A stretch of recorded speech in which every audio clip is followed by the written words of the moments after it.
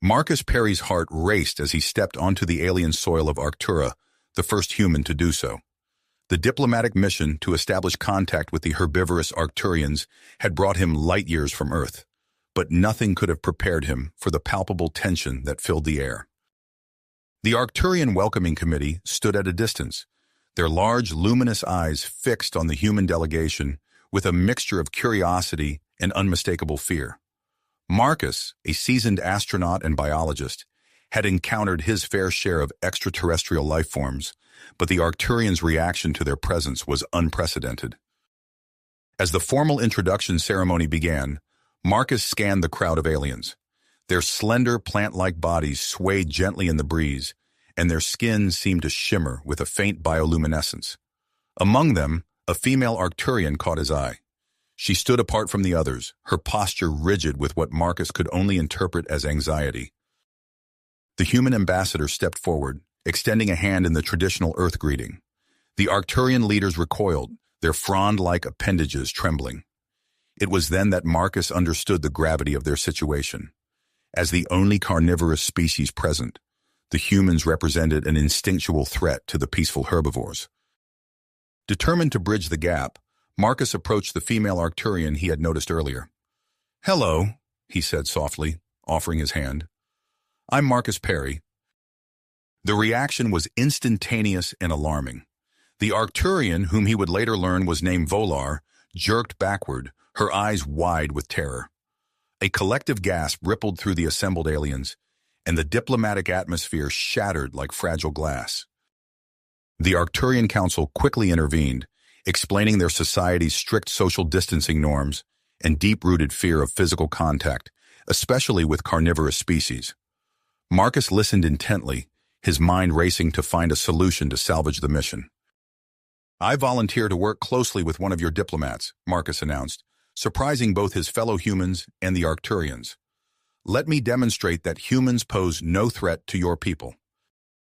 The council deliberated, their communication a symphony of subtle color changes and gentle rustling.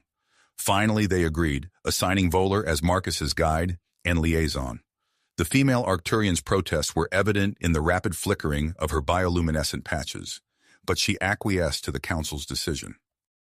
As the ceremony concluded, Marcus found himself face-to-face with Volar. The fear in her eyes was unmistakable, but he also detected a glimmer of scientific curiosity. It was a start, he thought, a small crack in the wall of mistrust between their species. Over the following days, Marcus and Volar began their work together. Their shared interest in xenobiology provided common ground, but the journey was far from smooth. Volar's instinctive fear of Marcus's carnivorous nature clashed with his direct human approach to problem-solving. Meanwhile, the rest of the human delegation struggled to navigate the complex web of Arcturian customs. Minor diplomatic incidents erupted daily, threatening to derail the entire mission. The stakes became even higher when Marcus learned of the Arcturians' advanced terraforming technology, a potential solution to Earth's environmental crisis. As Marcus worked tirelessly to earn Volar's trust, he realized that the future of Earth-Arcturian relations rested on his shoulders.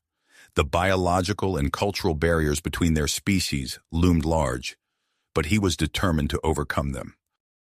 With each passing day, Volar's fear began to subside, replaced by a growing recognition of Marcus's intelligence and kindness. This gradual change didn't go unnoticed by her fellow Arcturians, who viewed her increasing comfort around the human with alarm. Unaware of the controversy he was causing, Marcus pressed on with his research alongside Volar. The challenges were immense, adapting to Arctura's alien environment, deciphering complex social norms, and constantly proving his peaceful intentions. But Marcus was driven by the knowledge that success here could change the course of human history. As they made a breakthrough in their research, discovering a way for humans to safely use Arcturian terraforming technology, Marcus felt a glimmer of hope. Perhaps this was the key to proving that humans and Arcturians could not only coexist but thrive together. Yet as he looked at Volar's conflicted expression, he knew that the greatest challenges and the true test of interspecies trust still lay ahead. Marcus's heart raced as he and Volar approached the Arcturian Council chambers. The breakthrough in their research had come at a crucial moment, but he knew that convincing the council to share their advanced terraforming technology would be no easy task. As they entered the vast bioluminescent hall, Marcus felt the weight of countless eyes upon him. The council members, their frond-like appendages swaying gently, regarded him with a mixture of curiosity and apprehension. Voller stepped forward, her voice a melodic hum as she presented their findings. Marcus watched, noting the subtle shifts in the council members' colors, a sign of their emotional responses. When it was his turn to speak, he took a deep breath and focused on the facts. Our research demonstrates the potential for humans to safely utilize Arcturian terraforming methods, Marcus explained, his voice steady despite his nerves. This collaboration could benefit both our species immensely. The council deliberated, their communication a symphony of rustling leaves and pulsating light. Finally, the lead council member, Thora, addressed them. While your findings are impressive, we remain hesitant to share our technology, Thora said, her bioluminescence dimming slightly. However, we propose a trial period. Marcus Perry will work closely with our scientists to further demonstrate human compatibility with our methods. Murmurs rippled through the chamber. Marcus caught sight of one council member, Zephyr, whose colors flashed in what he interpreted as alarm or disapproval. Over the next weeks, Marcus immersed himself in Arcturian science.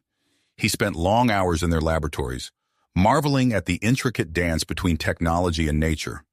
Voller was by his side, her initial fear giving way to a growing sense of camaraderie. One evening as they worked late in the lab, Marcus noticed Vollar's luminescence pulsing in an unfamiliar pattern. "Are you all right?" he asked, concern evident in his voice. Vollar's large eyes met his. "I am processing," she admitted. "Your presence no longer triggers my fear response as it once did. It's unsettling, yet intriguing." Marcus smiled, touched by her honesty. "I'm glad. I hope it means we're making progress in more ways than one." As they continued their work, Marcus found himself adapting to Arctura's unique environment. He learned to navigate the bioluminescent forests, marveling at the sentient flora that seemed to respond to his presence. The more he understood about Arcturian life, the more he realized how much Earth could benefit from their knowledge. However, not all was smooth sailing. Tensions among the human delegation were rising. During a video conference with Earth, Marcus found himself on the defensive. "We need results, Perry," Ambassador Chen said, her face stern on the holographic display. "Some of us think it's time for a more forceful approach." Marcus shook his head. "That would be a mistake. We're making progress, but we need to respect their pace. Trust me on this." As he ended the call, Marcus felt the weight of his dual responsibilities, to his mission and to his growing understanding of Arcturian concerns. The turning point came unexpectedly. While working on a particularly delicate experiment, and containment field failed, exposing Voller to a potentially harmful substance. Without hesitation, Marcus sprang into action. "Volar!" he shouted, rushing to her side. Drawing on his knowledge of xenobiology, he quickly assessed the situation and began emergency treatment. Time seemed to slow as Marcus worked, his hands steady despite the adrenaline coursing through his veins. He was vaguely aware of the commotion around him, of other Arcturians watching in stunned silence as he fought to save one of their own. Finally, Voller's condition stabilized. As the emergency response team took over, Marcus stepped back, suddenly aware of the potential consequences of his actions. He had broken numerous protocols, risked contamination, all to save Voller. In the days that followed, Marcus found himself the subject of intense scrutiny. The Arcturian scientists were fascinated by the physiological changes in Voller following the incident. Her fear response to carnivorous species had been significantly reduced. "It's remarkable," Dr. Lumina, the lead Arcturian xenobiologist, told Marcus. "The combination of the laboratory substance and your intervention has altered her biology in ways we never thought possible." As news of Marcus's actions spread, he noticed a shift in how the Arcturians regarded him. The fear in their eyes was replaced by curiosity. Some even approached him, tentatively seeking interactions. However, not everyone welcomed this change. Council member Zephyr led a vocal group of conservatives who viewed the shifting dynamics as a threat. "We cannot allow these carnivores to corrupt our way of life." Zephyr's voice boomed across the public square, his colors flashing angrily. A crowd of protesters waved luminous signs, calling for an end to the human presence on Arctura.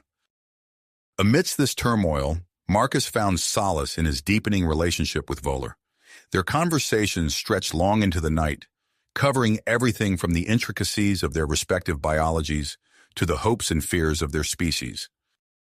"Our population has been declining for generations," Voller confided one evening, her luminescence dimmed with sadness. "It's why we're so cautious, so afraid of change." Marcus nodded, pieces falling into place. "And it's why sharing your terraforming technology is such a big ask." As the end of the trial period approached, Marcus knew that his presentation to the council and the human delegation would be crucial. He pored over the data, refining his arguments, searching for a way to bridge the gap between human needs and Arcturian concerns. The night before the presentation, Marcus stood at the edge of the bioluminescent forest, gazing up at the alien stars. Voller joined him, her presence a comforting glow in the darkness. "Whatever happens tomorrow," Marcus said softly, "I want you to know that this experience, getting to know you and your people, has changed me." Vollar's colors shifted in a pattern Marcus had come to recognize as affection. "You have changed us too, Marcus Perry, perhaps more than you know." As they stood there, an idea began to form in Marcus's mind. A radical proposal that could address both Earth's environmental crisis and the Arcturian population decline. It was risky, potentially controversial, but it just might work. With revitalized commitment, Marcus turned back toward the city, ready to face whatever challenges the morning would bring.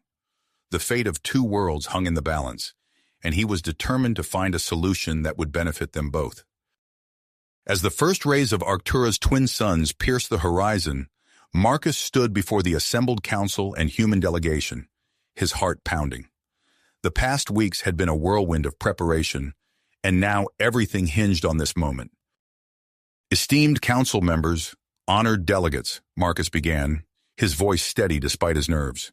"I stand before you today not just as a representative of humanity, but as someone who has come to understand and respect the Arcturian way of life." He launched into his presentation, detailing the potential benefits of sharing the terraforming technology. As he spoke, he noticed the subtle shifts in the counselor's bioluminescence, a sign he had learned to interpret as interest. "While the technology transfer presents challenges," Marcus continued, "I believe it also offers unprecedented opportunities for both our species." As he concluded, a hushed murmur rippled through the chamber. The lead counselor, Thora, stepped forward, her fronds swaying gently. "Your dedication is commendable, Marcus Perry," Thora said, her voice a melodic hum. "After careful consideration, we have decided to approve a limited technology transfer." A wave of relief washed over Marcus, but it was short-lived. As the news spread, the societal divide among the Arcturians widened. Outside the council chambers, Marcus could hear the growing sound of protesters, led by Zephyr. Days later, as Marcus worked late in the lab with Voller, an urgent alert flashed across their communication devices. Vollar's eyes widened, her luminescence pulsing with alarm. "Marcus, there's trouble at the human quarters," she said, her voice tight with worry. Without hesitation, they rushed to the scene. The normally serene streets were in chaos. A group of extremist Arcturians, their bioluminescence flashing angry reds and oranges, were attempting to breach the human delegation's living quarters. Marcus sprinted towards the fray, his mind racing. He had to prevent this situation from escalating further. As he approached, he saw a human delegate cornered by three Arcturians. "Stop!" Marcus shouted, placing himself between the two groups. "This isn't the way!" In the confusion that followed, Marcus felt a searing pain in his side.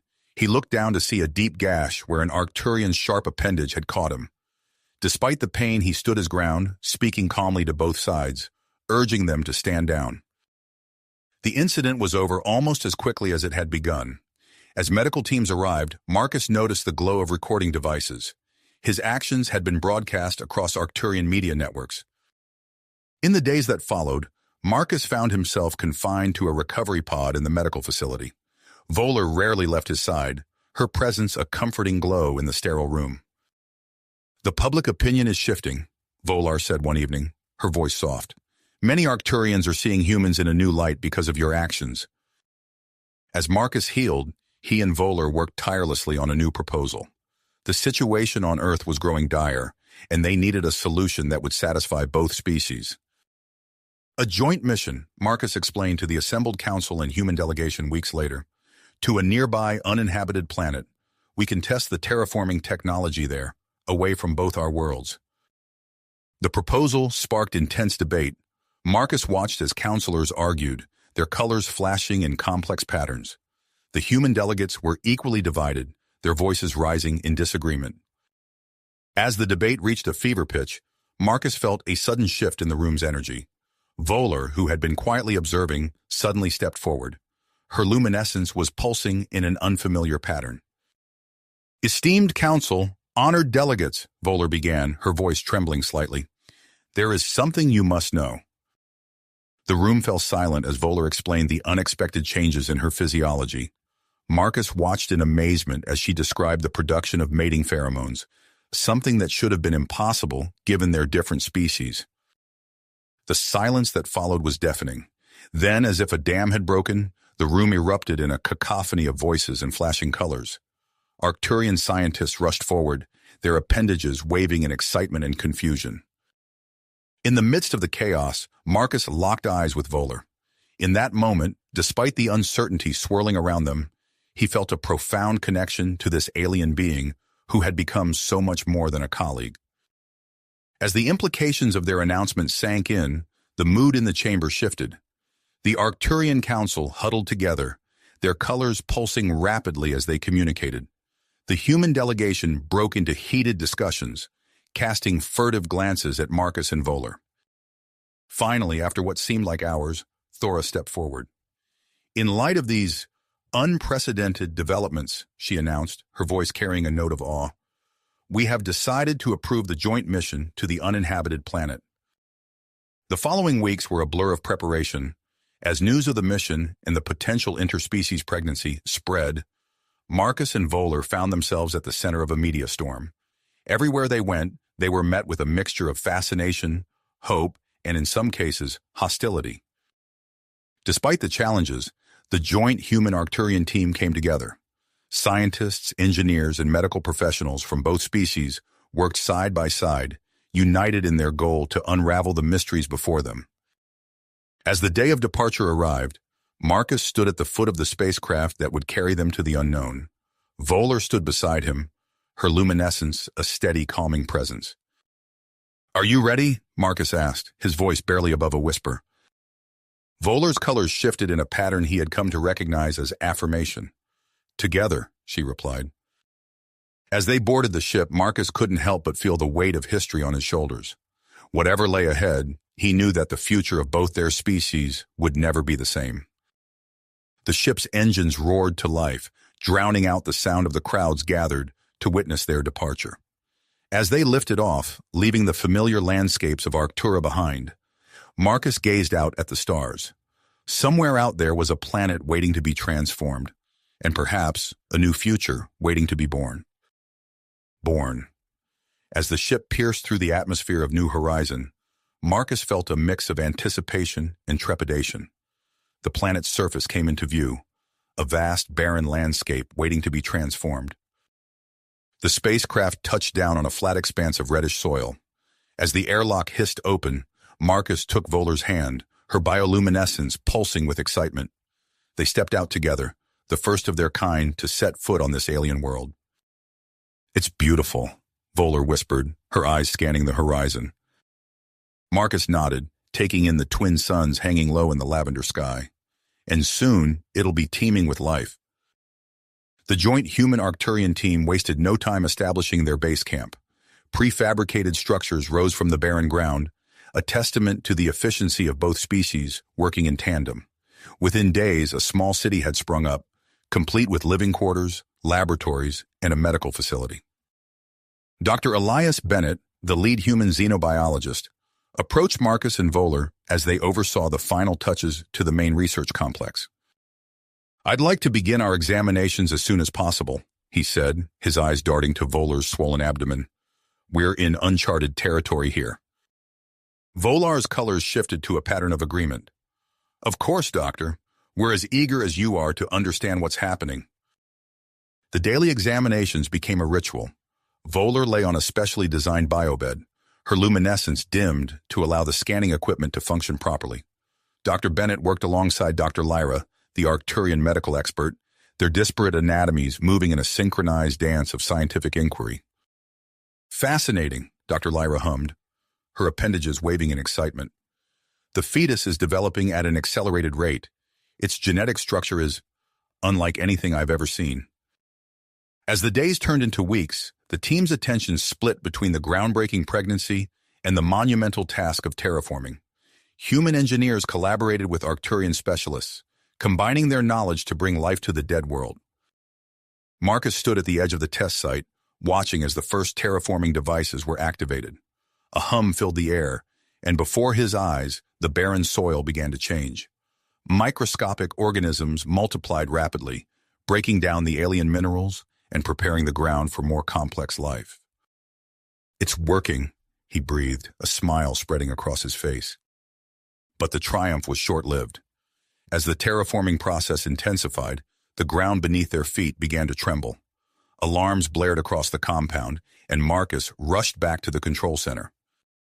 "Report!" he barked, entering the room filled with frantic human and Arcturian technicians.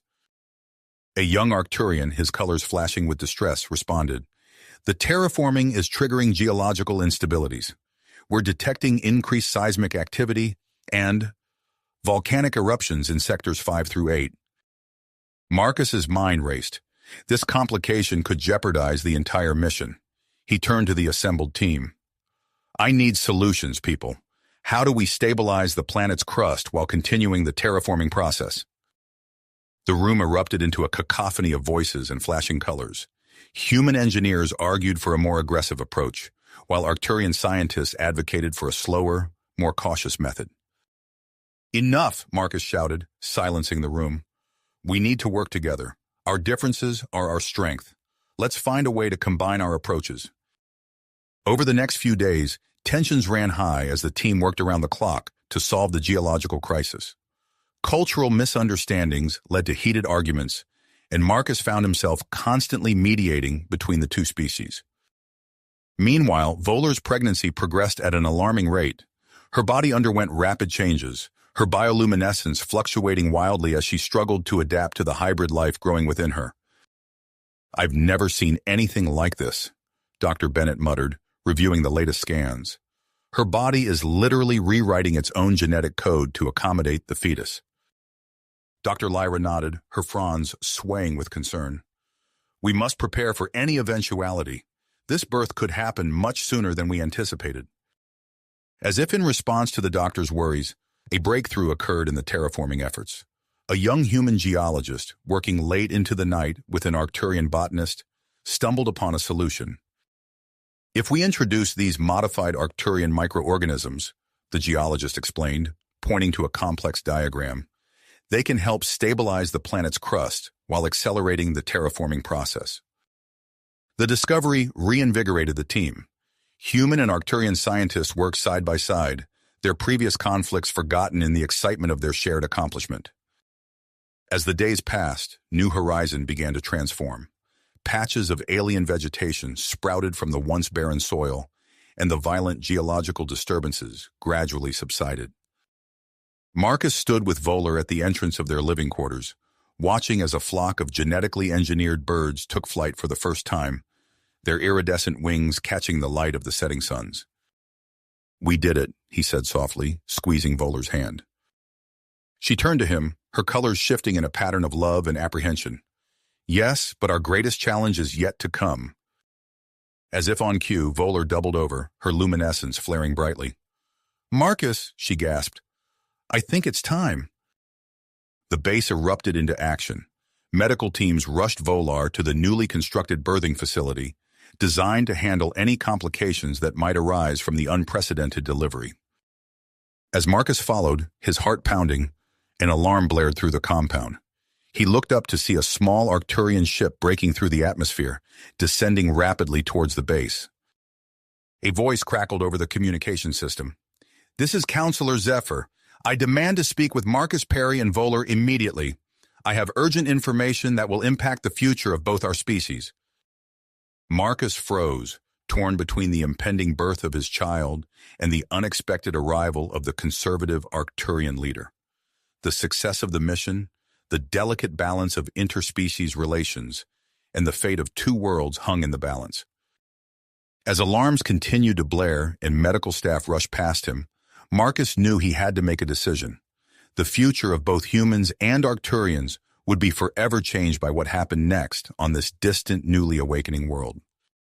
With a deep breath, Marcus made his decision.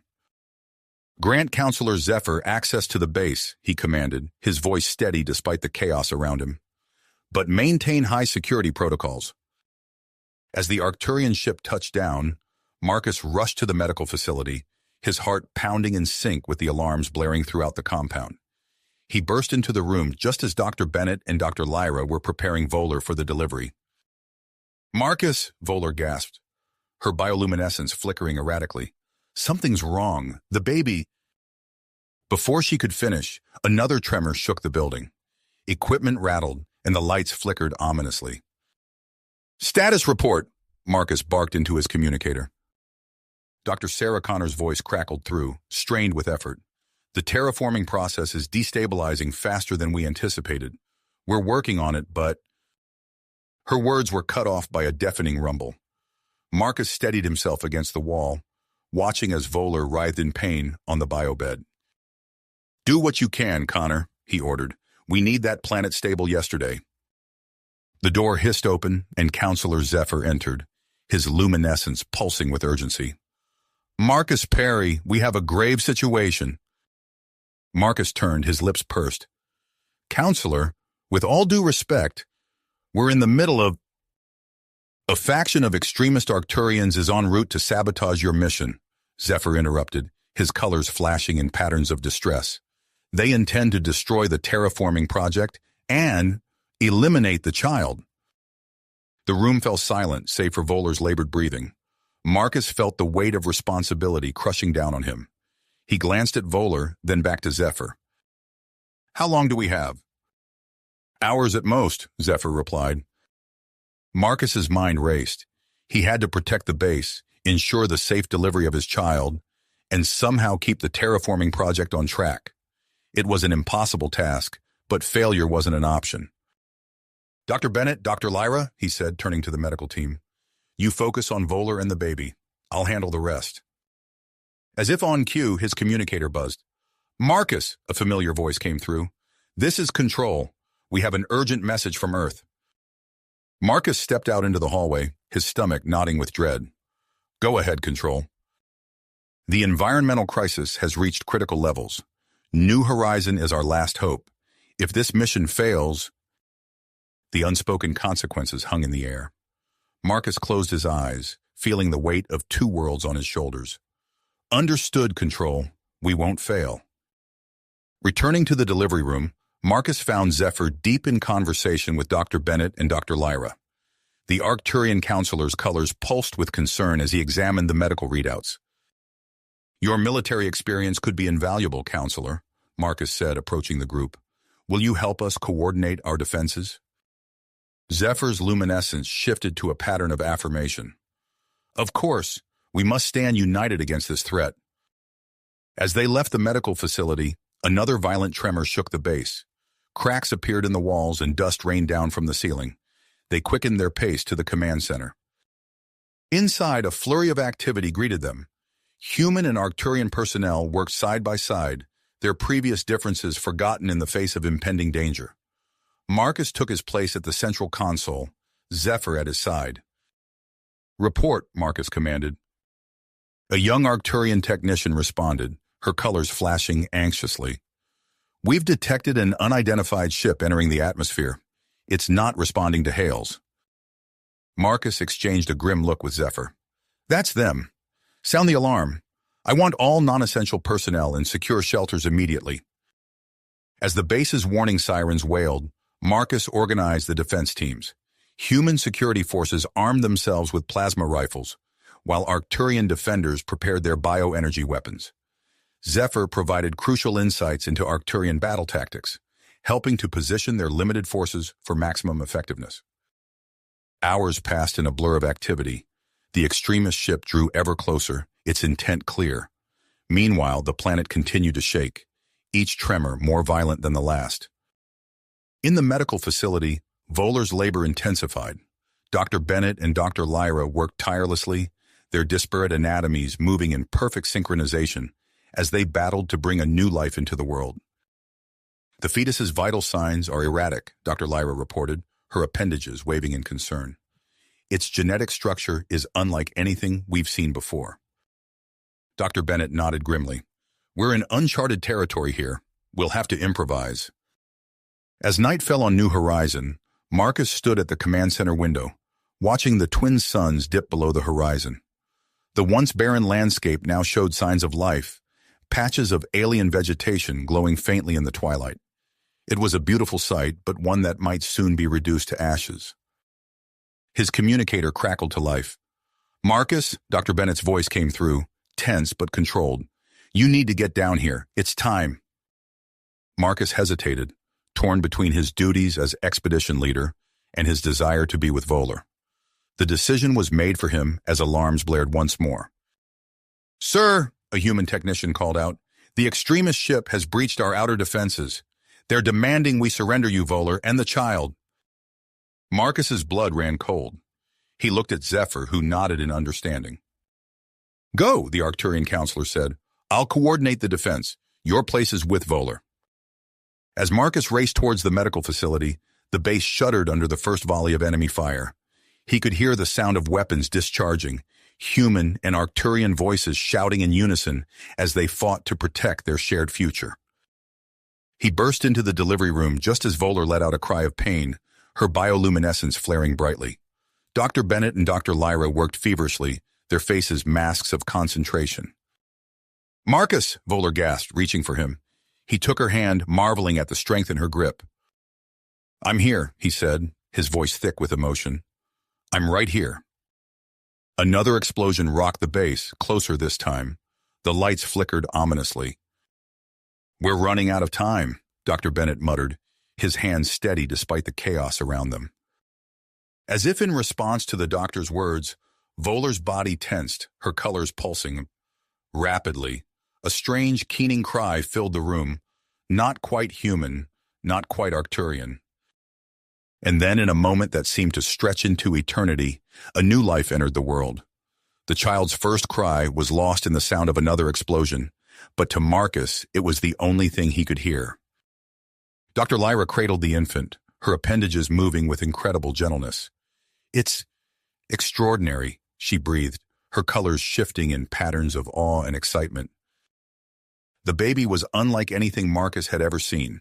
Its skin shimmered with a faint bioluminescence, while unmistakably human eyes blinked up at them.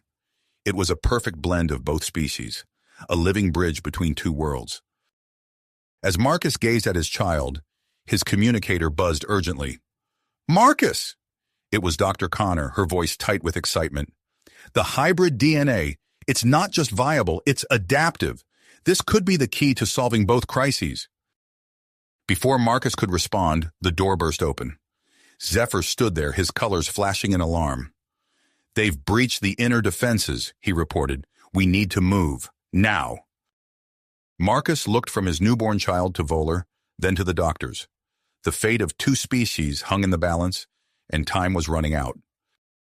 Prepare for evacuation, he ordered, his voice steady despite the turmoil in his heart. We need to protect the child at all costs.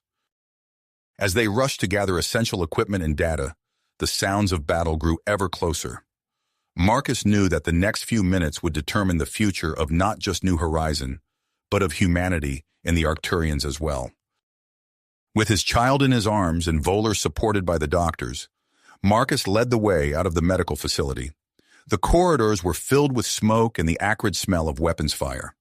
Ahead lay uncertainty, danger, and the slim hope of salvation for two worlds. The hybrid child, oblivious to the chaos around it, gazed up at Marcus with eyes that held the future of two species. As they pressed on through the embattled base, Marcus silently vowed to protect this new life, regardless of the cost. Marcus led the way through the smoke-filled corridors, cradling his newborn child close to his chest.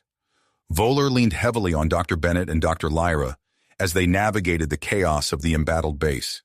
The sound of weapons fire grew louder, and the acrid smell of burned circuitry filled the air. As they rounded a corner, Marcus saw a familiar face approaching. It was Lieutenant Chen, her uniform singed and her face streaked with grime. "Sir," she called out, her voice hoarse, "we've managed to hold them off at the eastern perimeter, but they're regrouping for another assault." Marcus nodded grimly. "We need to buy more time. Get me to the command center." As they made their way through the base, Marcus's mind raced. The newly developed planetary defense system might be their only hope. It was untested, a fusion of human ingenuity and Arcturian biotechnology, but they were out of options. They reached the command center, where screens flickered with damage reports and tactical readouts. Marcus handed the baby to Voller, then strode to the main console. "Activate the planetary defense system," he ordered, his fingers flying over the controls. A low hum filled the air, growing in intensity. Outside, the sky seemed to ripple as an iridescent energy field enveloped the base. The sound of explosions ceased abruptly. "It's working," Zephyr exclaimed, his colors pulsing with relief. "The extremist weapons can't penetrate the shield." Marcus allowed himself a moment of relief before turning back to Voller. She was gazing down at their child, her bioluminescence shifting in patterns of love and wonder. "He's beautiful," Marcus whispered, gently touching the infant's shimmering skin. Dr. Bennett stepped forward, a datapad in his hand. "Preliminary scans show he's stable, a perfect blend of both species." "What shall we call him?" Voller asked, her voice soft with exhaustion. Marcus thought for a moment. "Orion," he said finally, "a bridge between our two worlds." Their moment of peace was shattered by a piercing alarm. A technician called out, "Sir, they've breached the outer perimeter." Marcus reluctantly pulled away from his family. "Keep them safe," he instructed Dr. Bennett and Dr. Lyra. "I need to coordinate our defense." As Marcus hurried to the tactical display, Zephyr approached with an urgent expression. "Marcus, I have an idea. It's risky, but it might be our only chance." The Arcturian counselor explained his plan to use the terraforming technology as a weapon. Marcus listened intently, weighing the potential consequences. "Do it," he decided. "Connor, Thallo, recalibrate the terraforming equipment. We need to create localized seismic activity to disrupt their advance." Dr. Sarah Connor and Thallo, the Arcturian geologist, set to work immediately. Minutes stretched like hours as they raced against time. Finally, Connor's voice crackled over the comm system. "Ready on your mark, Marcus." Marcus took a deep breath. "Initiate sequence." The ground beneath them began to tremble. On the tactical displays, they watched as the advancing extremist forces were thrown into disarray by the sudden quakes. But their victory was short-lived. "Marcus," Connor's voice was tight with worry, "the seismic activity is accelerating the planet's geological changes. We're losing stability across the board." Before Marcus could respond, a new alarm blared. "Intruder alert in the medical facility." His blood ran cold. Voller, Orion. Marcus sprinted toward the medical wing, his heart pounding. He burst through the doors to find a scene of chaos. Voller stood in a defensive posture, her body glowing fiercely as she shielded Orion from a group of Arcturian extremists. At their head stood Vex, his colors pulsing with hatred. "Hand over the abomination," he snarled. "Never," Voller spat, her voice filled with a fierce persistence Marcus had never heard before. As Vex lunged forward, Marcus tackled him from the side. They grappled on the floor, a blur of limbs and flashing bioluminescence. Security forces poured into the room, forcing the extremists to retreat. Vex glared at Marcus as he was dragged away. "This isn't over, human. That child will be the downfall of both our species." In the aftermath of the attack, Marcus held Voller and Orion close. "Are you all right?" he asked, checking them both for injuries. Voller nodded, her colors shifting to show relief and lingering fear. We're fine. But Marcus, the base... As if on cue, the floor beneath them shuddered violently. Marcus's communicator crackled to life. Marcus? It was Dr. Connor, her voice urgent. The planet's becoming unstable. We need to act now or we'll lose everything. Marcus looked at Voller, then down at Orion. The infant gazed back at him with eyes that seemed to hold the wisdom of two worlds. In that moment, Marcus knew what he had to do. Connor, initiate the full stabilization protocol. Use everything we've got. But sir, Connor protested, that'll deplete all our resources. The terraforming project... We'll have to wait, Marcus finished firmly. Our priority now is survival. As the base hummed with renewed activity, Marcus stood by the window, Orion cradled in his arms. Voller joined him, her hand intertwining with his. Together, they watched as the terraforming units blazed to life, their energy arcing across the turbulent sky of New Horizon. The future was uncertain, but as Marcus looked down at his son, he felt a glimmer of hope. Orion stirred in his arms, his tiny hand reaching up to touch Marcus's face. In that simple gesture, Marcus saw the promise of a new beginning, not just for them, but for both their species. The ground continued to shake beneath them, a reminder of the challenges yet to come. But as the terraforming units worked to stabilize their new home, Marcus knew that whatever the future held, they would face it together. Together, side by side, the ground beneath them gradually ceased its trembling as the terraforming units worked their magic, stabilizing the planet's volatile core. Months passed, and New Horizon transformed. The base expanded rapidly, growing from a collection of prefabricated structures into a sprawling settlement. Marcus stood on the balcony of the newly constructed administrative building, surveying the bustling community below. It's remarkable how far we've come, Voller said, joining him. Her bioluminescence pulsed softly in the twilight. Marcus nodded, his eyes fixed on a group of human and Arcturian scientists working together on a new terraforming array. And we're just getting started.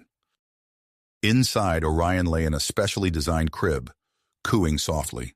At just 6 months old, he already displayed an extraordinary rate of development. His skin shimmered with a faint, otherworldly glow, and his eyes, so human in appearance, seemed to hold a wisdom beyond his years. Dr. Bennett entered the room, datapad in hand. Marcus, Voller, you need to see this, he said, his voice tinged with excitement. He pulled up a holographic display of Orion's genetic structure. We've isolated several key markers in Orion's DNA, he explained, highlighting specific sequences. These could be the key to enhancing human resistance to the toxins back on Earth. Voller leaned in, her colors shifting in a pattern that Marcus had come to recognize as deep concentration. And this section here, she said, pointing to another part of the display, it appears to be a modified version of the Arcturian fertility gene. Dr. Bennett nodded enthusiastically. Exactly. If we can synthesize these sequences, we might be able to address both crises simultaneously. As they discussed the implications of these findings, Marcus's communicator buzzed. It was Lieutenant Chen. Sir, we've got an incoming transmission from Earth, high priority. Marcus excused himself and headed to the command center. On the main screen, the grim face of Admiral Hawthorne appeared. Marcus, we've received your preliminary reports on the hybrid child. I'm authorizing immediate deployment of additional resources to New Horizon. We need those breakthroughs, and we need them yesterday. The Admiral's words set off a chain reaction. Within weeks, New Horizon was flooded with new arrivals, scientists, engineers, and support staff from both Earth and the Arcturian homeworld. The once quiet base became a hive of activity. Marcus found himself working around the clock, coordinating the expansion efforts while trying to maintain order among the diverse population. He established a governing council, carefully balancing representation between humans and Arcturians. One evening, as he pored over construction plans, Zephyr entered his office. Marcus, I think we've made a breakthrough with Vex, the Arcturian counselor said. Marcus looked up, intrigued. Go on. Dr. Watson and I have been conducting regular sessions with him. It seems the root of his extremism lies in a deep-seated fear of cultural extinction, He genuinely believed that integration with humans would lead to the loss of Arcturian identity. Marcus leaned back in his chair, considering the implications. And now? We're making progress. Seeing the reality of cooperation here on New Horizon is slowly changing his perspective. I believe with time we can reintegrate him and the other extremists into our society. As they discussed plans for a reconciliation program, alarms blared throughout the base. Marcus rushed to the command center, where Dr. Connor was frantically working at a console. "What's happening?" Marcus demanded. "The terraforming units in Sector 7 are malfunctioning," Connor explained, her fingers flying over the controls. "They're causing rapid, uncontrolled changes in the local environment." Marcus watched the monitors as a patch of New Horizons landscape transformed before his eyes. Barren rock gave way to lush vegetation, then just as quickly withered and died. "Thalo and I can fix this," Connor said, perseverance in her voice. "But we need to recalibrate the entire system. It'll set the terraforming project back by months." Marcus nodded grimly. "Do what you need to do. We can't risk another planetary instability." As the crisis unfolded, Marcus couldn't help but think of Orion. His son's unique genetic makeup held the potential to solve so many problems, yet it also placed an enormous burden on the child's small shoulders. Returning to their quarters, Marcus found Voller singing softly to Orion in her native tongue. The child's eyes were fixed on his mother, an expression of profound understanding on his tiny face. "He's growing so fast," Marcus said, sitting beside them. Volar nodded, her colors shifting to express a mixture of pride and concern. "And he understands so much already. Sometimes when I speak to him, it's as if he's responding in ways beyond his years." As if to prove her point, Orion reached out and touched Volar's face, his tiny hand glowing faintly.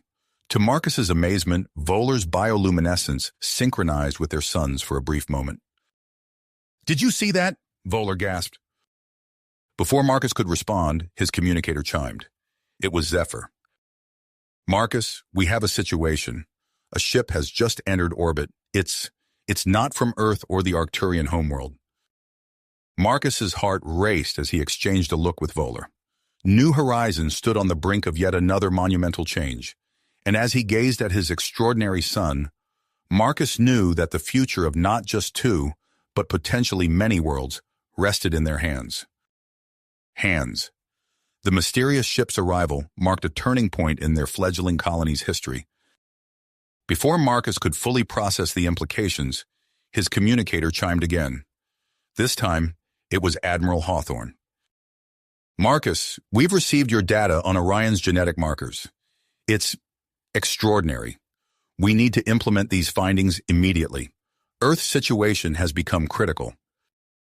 The urgency in the Admiral's voice spurred Marcus into action. He turned to Voller, who nodded in understanding.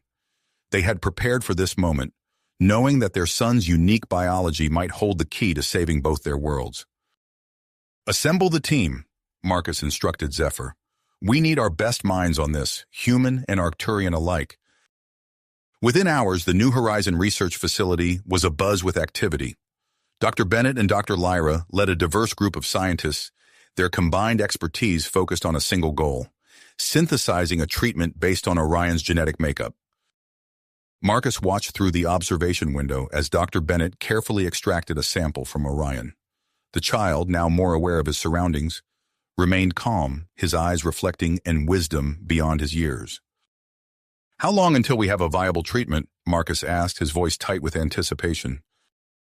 Dr. Lyra's bioluminescence flickered in a pattern that Marcus had come to recognize as deep concentration. "We're working as fast as we can, but we need to ensure it's safe. A few days at least." As the scientists worked tirelessly, Marcus coordinated with Earth's leaders. The logistics of implementing a global solution were staggering, but the alternative was unthinkable. "We'll need to dispatch fleets of ships," Admiral Hawthorne explained during a holographic conference. "Every major population center will need to be covered simultaneously." Marcus nodded, his mind already racing with the details. "We'll start prepping the ships immediately. As soon as the treatment is ready, we'll launch."